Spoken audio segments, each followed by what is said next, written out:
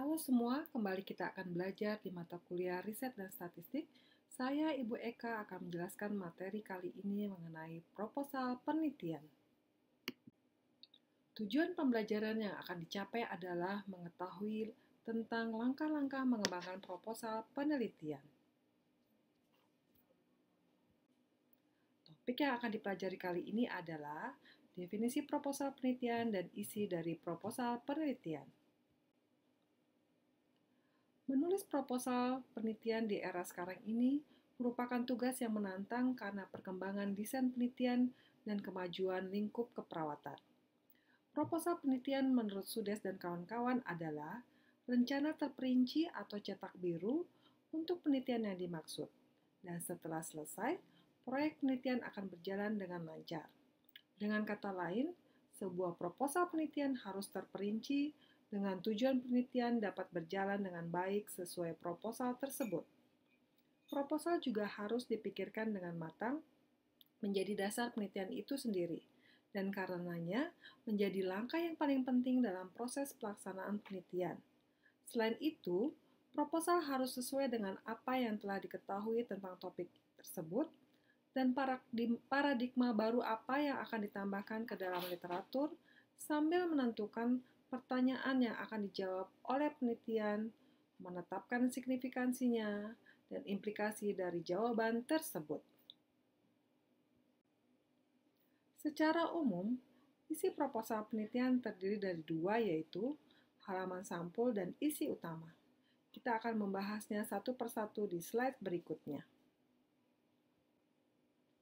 Halaman sampul atau cover harus berisi judul proposal, nama dan afiliasi peneliti atau peneliti utama, dan peneliti pendamping, afiliasi institusional, bisa juga gelar peneliti dan nama institusi tempat penelitian akan dilakukan.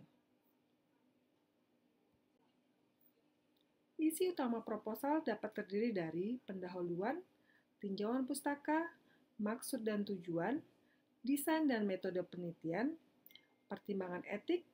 Selain itu ada tambahan tentang anggaran, lampiran, dan kutipan. Kita akan membahasnya satu persatu.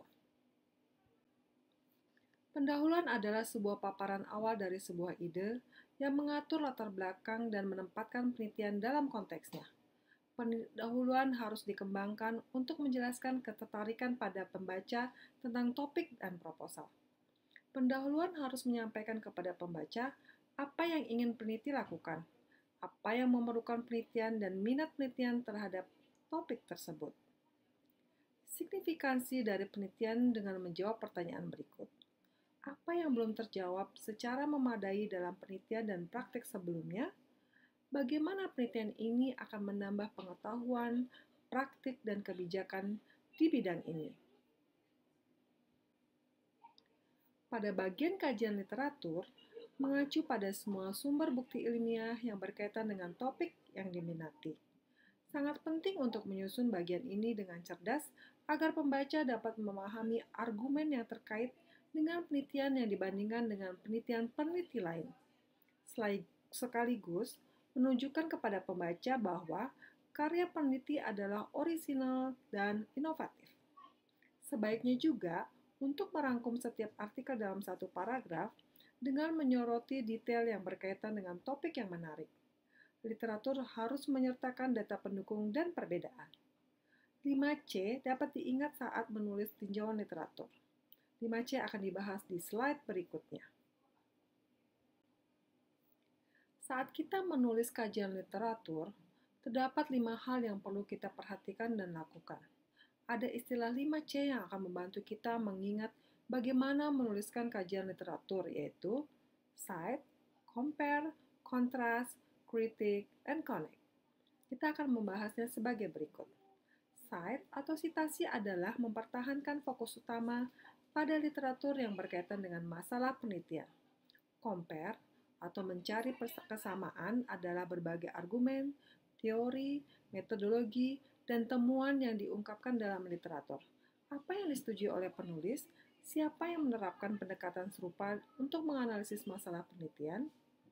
Yang ketiga, kontras atau mencari perbedaan adalah berbagai argumen, tema, metodologi, pendekatan, dan kontroversi yang diungkapkan dalam literatur.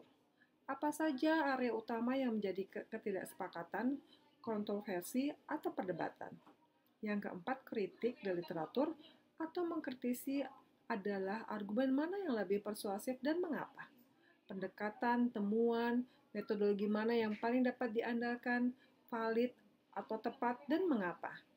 Perhatikan kata kerja yang Anda gunakan untuk menggambarkan apa yang dikatakan atau dilakukan oleh penulis. Misalnya, menegaskan, mendemonstrasikan, dan lain-lain. Yang kelima, connect atau keterhubungan adalah literatur yang berkaitan dengan bidang penelitian dan investigasi Anda.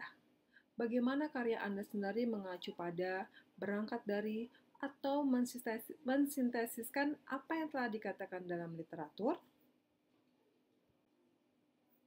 Tujuan penelitian atau sasaran atau tujuan memberikan indikasi yang luas tentang apa yang ingin dicapai oleh peneliti dalam penelitian. Hipotesis yang akan diuji dapat menjadi tujuan penelitian.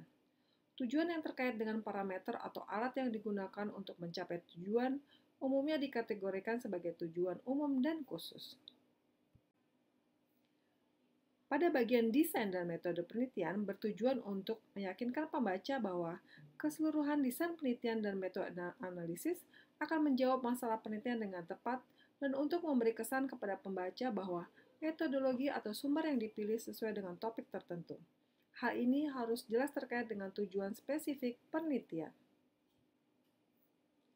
Pertimbangan etis mengacu pada perlindungan hak partisipan, seperti hak untuk menentukan nasib sendiri, hak privasi, hak otonomi dan kerahasiaan, hak untuk mendapatkan perlakuan yang adil, dan hak untuk mendapatkan perlindungan dari ketidaknyamanan dan bahaya. Mendapat persetujuan dan proses tinjauan institusional atau persetujuan etis.